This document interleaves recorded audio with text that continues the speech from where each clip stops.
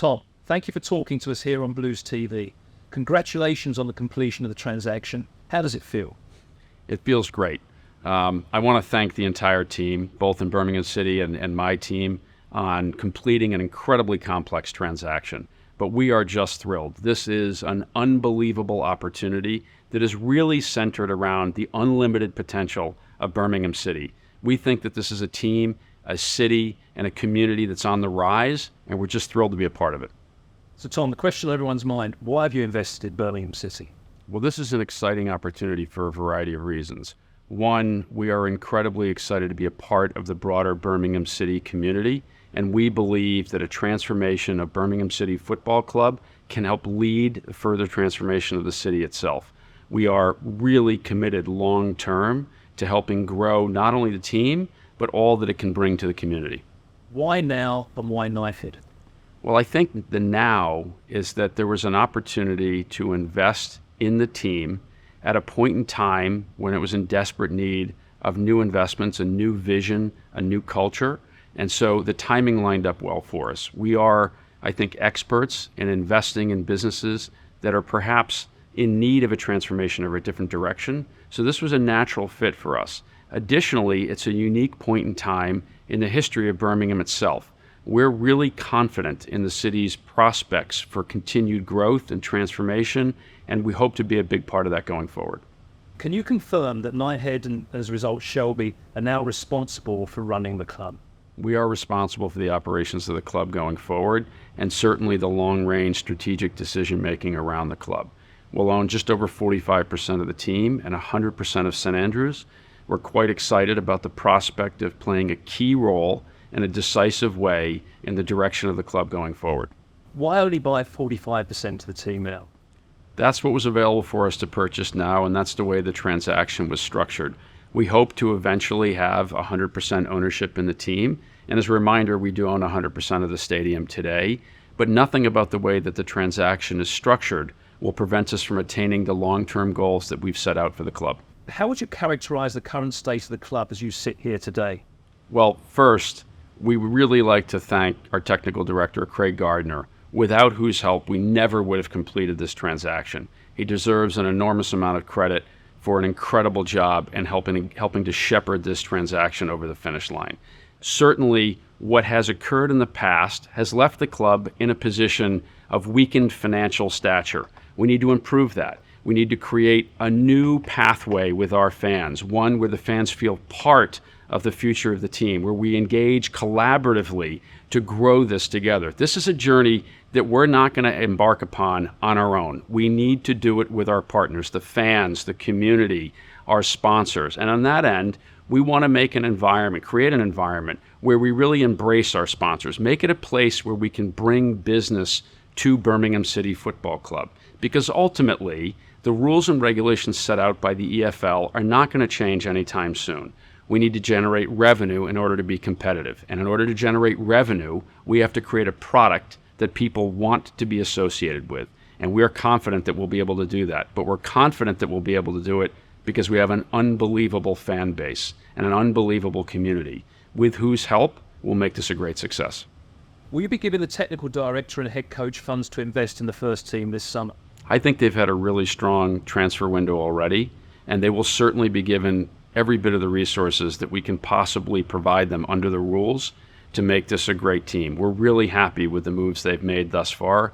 John and Craig have done an exceptional job. We've got exceptional players. Now we need to provide them with an exceptional framework to show just how good they can be. And we believe strongly that with the right backing, with the right culture in this organization, our team can do far better than what we've seen more recently. But I have to say that this is not a process that will end with this transfer window. This is going to be a forever process. This is an ongoing process of continual improvement. We'll never stop. How's the sale of Jude Bellingham to Real Madrid and the subsequent sell-on windfall impacted the summer plans or budgets? Well, the reality is the prior ownership was counting on that sale for a period of time. So much of those funds were already effectively spent in the past. They certainly help, and they help us to avoid a potential penalty for excess losses. So we're thankful that that sale was completed because it provided us with the ability to avoid a situation that could have been rather untenable. So look, I think it's wonderful that we've developed a player of the quality of Jude, not just a Birmingham star, not just a star for our region, but a star for all of England. We hope to develop other players like that over time. We hope to have continued success in our academy, which has proven to be one of the real hidden gems of Birmingham City for some time. Rumour has it that the club is a new shirt commercial partner. What role, if any, did Knighthead play in making this happen? Well, we had a very limited window where we could make introductions to the team before the transaction closed to bring sponsors and commercial partners in. And thankfully, we were able to find a new front of kit sponsor that will be truly transformational. I don't think that ever before has there been a kit sponsor that is quite what this brand is and what they represent. And we're confident that not only will it generate a lot of excitement within our immediate fan base, but also elsewhere. And I think it's really a statement about how things are different at Birmingham City now, and they will be for some time to come. Fans responded well to your letter on May the 8th and the commitments that you made. One was to involve them more. How do you plan to do this? Well, I'll say that from my first visit to St. Andrews on the last game of last season, I fell in love with the community and the fan base. We have an unbelievable fan base, one that has been largely ignored for far too long. So to say that we'll engage with the fans would be an understatement. But it goes further than that. The commitment to the fans has to be one where we provide a product that is something they feel good about standing behind.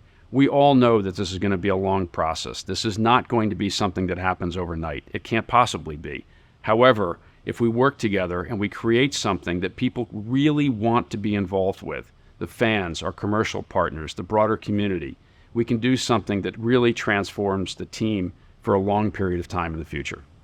So how specifically are you going to engage with the fans?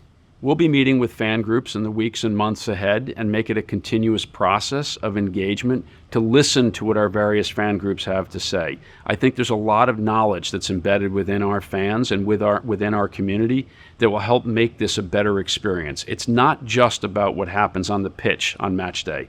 It's broader than that. It's about what we can do to transform this club to bring it to a level that Birmingham deserves.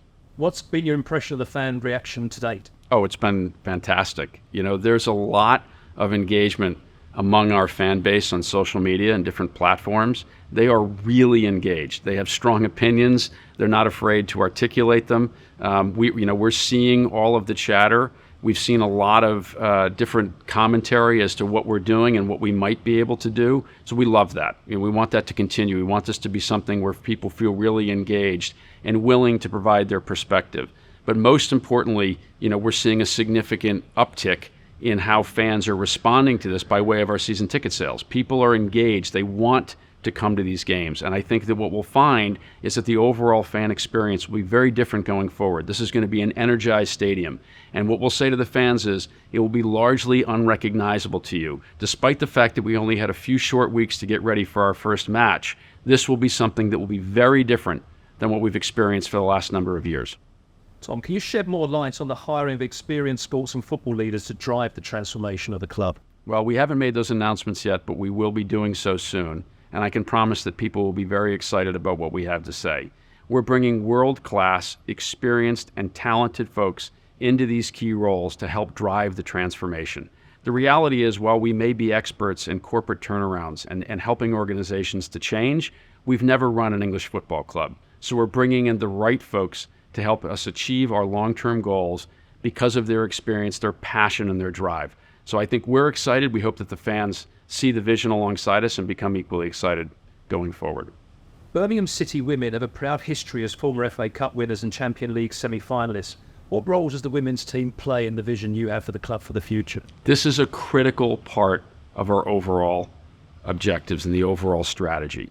We're sending a message to the women and girls of Birmingham that this is a key part of what the organization will be going forward. Talking about increasing pay, providing them with the same resources as the men's team, improved facilities, improved nutrition and training resources. Every aspect that we'll focus on for the men's team, we will focus on for the women's team. So that process has begun. We're excited about where it's going. This is something that we believe is part of the broader vision of a sleeping giant that is Birmingham City Football Club, it's not just about our first men's team. It's not just about the academy. The women's team is a critical component of the overall story, and we believe will be a big part of the community going forward. So what are the plans for St Andrews moving forward? Well, this is a stadium that has been neglected and underinvested in for a long period of time. And we seek to remedy that as quickly as we possibly can. Know that every single employee of Birmingham City Football Club is working to improve the fan experience, to make this a better place for our players, one that they can be proud of playing within, a better opportunity for our corporate sponsors to be a part of an organization that appears first class from top to bottom. So while we had a very limited time to make improvements between when we were able to close the transaction and when it ultimately opens, I promise that the fans will see extraordinary differences right from the first day, and it won't stop there. There'll be a lot to come in the future as well. So Tom, what's the single biggest challenge that the club faces in your opinion? Well, the reality is that almost everything needs some improvement. So we and the entire employee base are working as hard as we possibly can to change things as quickly as possible.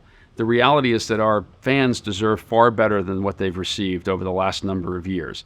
We have to change every element of the fan experience. It's not just about the quality of play on the pitch across our various teams. It goes beyond that. It's every element of the fan experience, from the moment that they lay eyes on St Andrews to the moment when they leave the stadium at the end of the match. Every element of that experience has to be improved upon. And so when you need to change everything, it creates not only, a huge challenge in doing all that you want, but it also creates an enormous opportunity. And we're focused on the opportunity. We're focused on making the change and not looking backwards as to what has been or what might have been. Finally, Tom, your expectations for the season ahead? Well, we'd love to see our women's team push hard for a return to the WSL. We want to have an exciting and competitive men's team that our fans can be proud of. Our academy should work hard to continue to produce players that perform well locally and also on the world stage as they have in the past. And finally, an organization that is commercially viable and engages with our local community, our fans and our partners in a way that we haven't seen for a long time, but that continues to do so for many years to come.